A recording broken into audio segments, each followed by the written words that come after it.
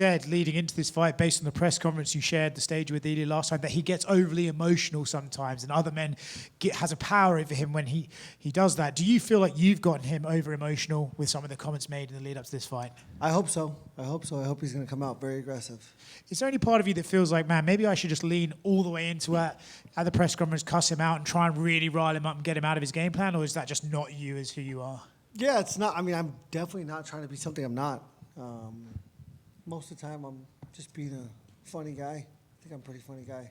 A lot of things when something's in text, it's very, very hard to understand the context of things rather than when you see a video. Were you surprised he took some of the, you would leave him as well comments quite so badly, or did you kind of figure he would maybe? No, I mean, again, nobody's ever seen a video of that interaction. Nobody. You can't pull it up. It's not out there. They only put the text out, so. I was joking. I thought it was funny. You said in this fight that you have to do something that other guys don't tend to do against Ilia, and that's go forward and be very aggressive. Is that the game plan, or are you kind of giving us a bit of misdirection there? What exactly is your intentions in this fight? Everything's misdirection. I'm never gonna, show my cards before the fight. So we'll see. When you look at Ilia's resume, and you fought the best of the best as well, right? But yeah. him beating Max and Volk and Charles in the way that he did. Where do you rank him against the names that we consider great, like those names? Yeah, Where do you rank him in his skills? He's up there. I mean, his last 3 fights have been spectacular. He is one of the best in the world. He is the best in the world right now. He's considered the best in the world. Top 2. He's number 2 on the pound-for-pound division list.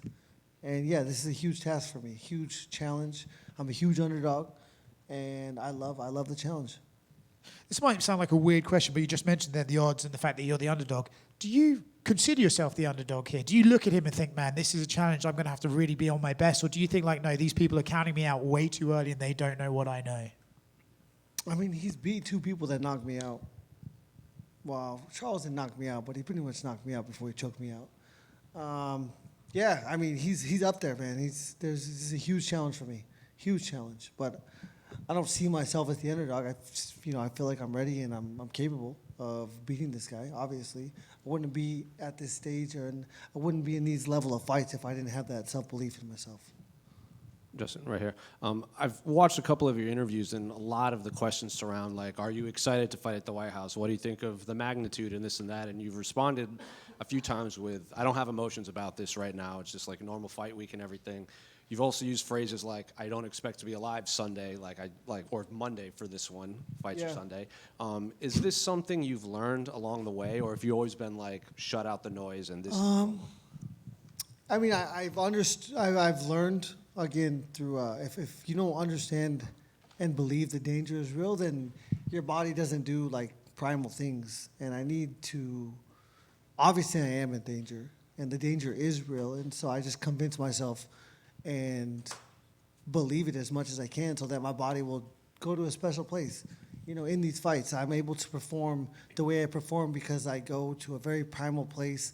It's not like I'm in there having thoughts and making these choices. This is just who I am, and it's how my body, reacts to these situations.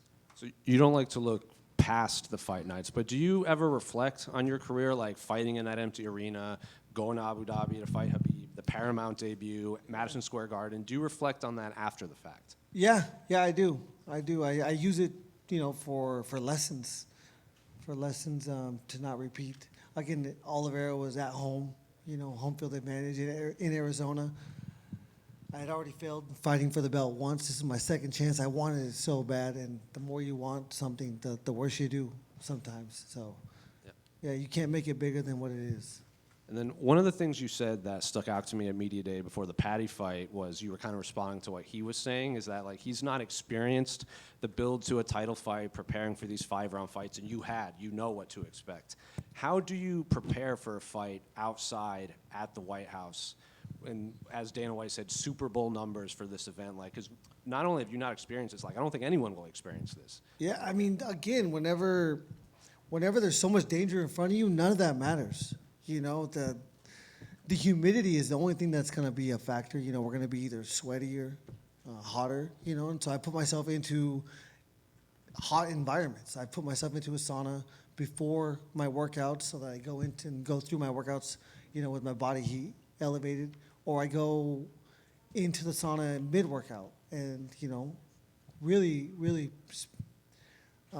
peak my temperature, my body temperature, so that I have to perform in that atmosphere. And all I can do is try to replicate the atmosphere that I'm going to be in. Look at all the almanac information from the last 50 years, and it says between 70 and 80% humidity. But I have been here the last 3 or 4 days. I've been outside around the time I'm going to fight, and it's been nice. It's been really nice. Nothing compared to the sauna. Hello, Justin. Quería saber cómo afrontas este combate y si piensas que tiene Ilia Topuria más presión que tú por ser el campeón y tiene que defender su legado, o la presión la tienes tú por ser la estrella estadounidense sosteniendo un evento en la Casa Blanca. I just want to see how you see this matchup. Do you think Ilia Topuria has more pressure on him because he needs to defend his legacy and his belt and everything else, or you, the pressure for being the American that is defending his ground in the South Lawn of the White House?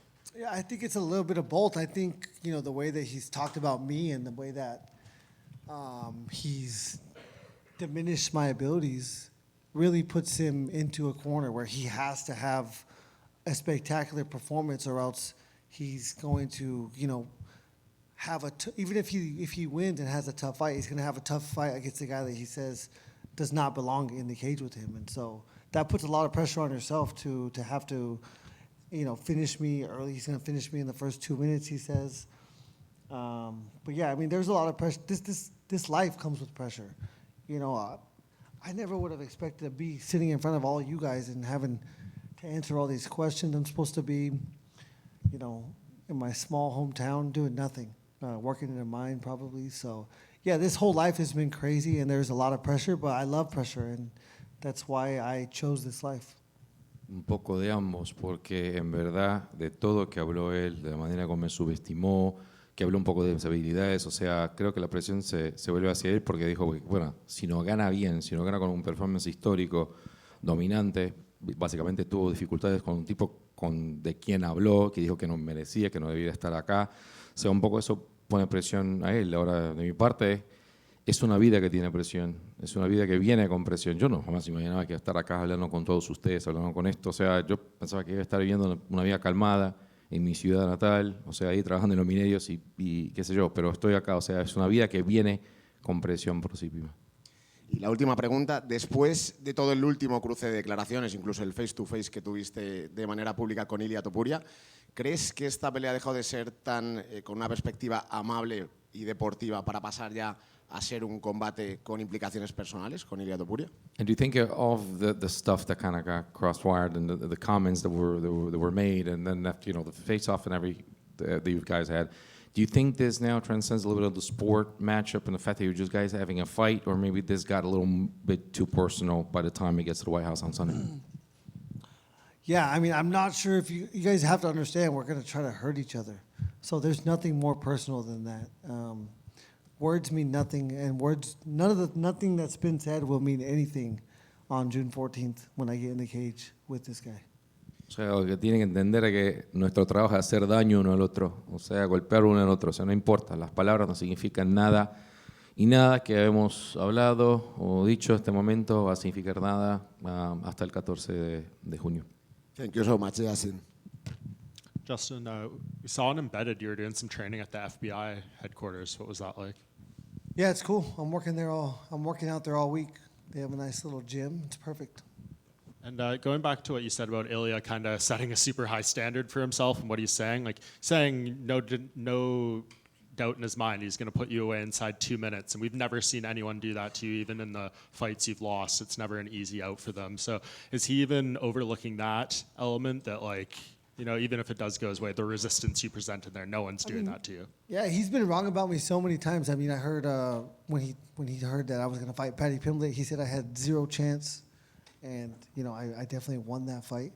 And, yeah, I'm not sure what he thinks or why he thinks the way he thinks. But this is a crazy sport. He definitely could knock me out in the first 2 minutes. It wouldn't be because he's that much better than me. It's because this sport is so fucking crazy, and anything can happen.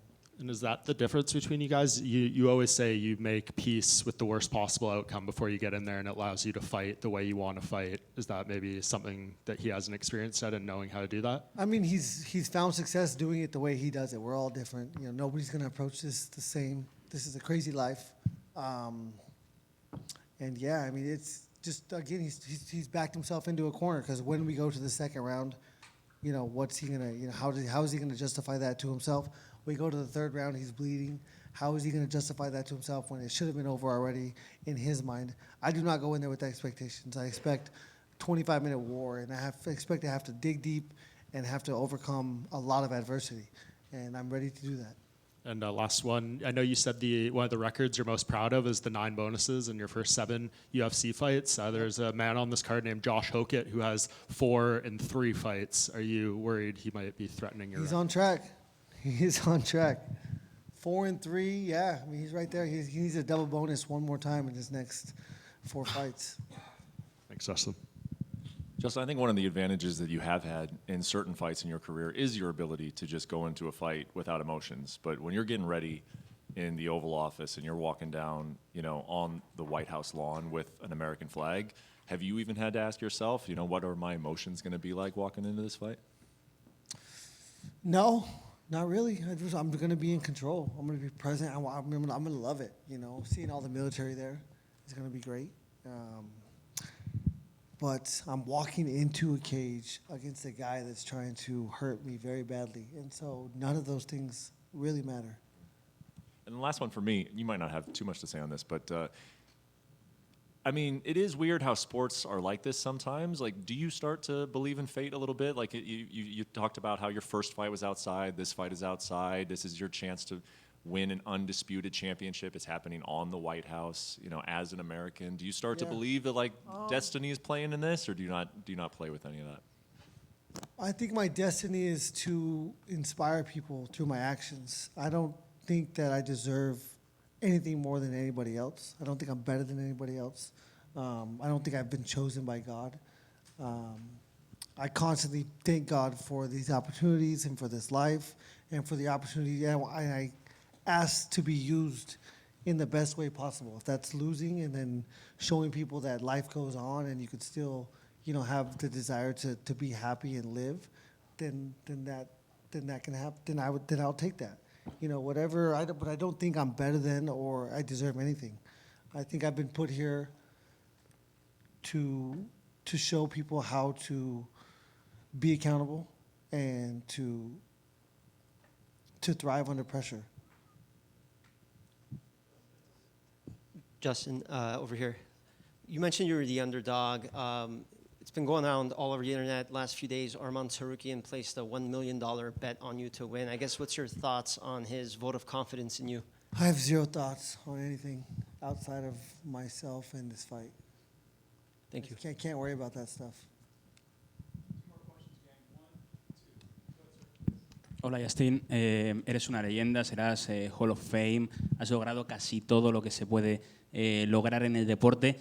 ¿Dónde crees que te colocaría una victoria sobre el que es actualmente una de las mayores superestrellas de la UFC como Ilia Topuria? You're already a legend. You're going to be a Hall of Famer. You've accomplished so many things that many people have not been able to accomplish in the sport. Where do you think a win against someone who's actually having this legendary run and has done what Ilia has done would put you in this whole thing? Yeah, I think it will absolutely solidify me as obviously the most exciting, the most consistent, but one of the most legendary fighters that's ever stepped inside this cage. And I've been a huge fan of this sport since the beginning, and I've seen everybody's career. I've seen everybody's story, and yeah, I think mine would be at the top.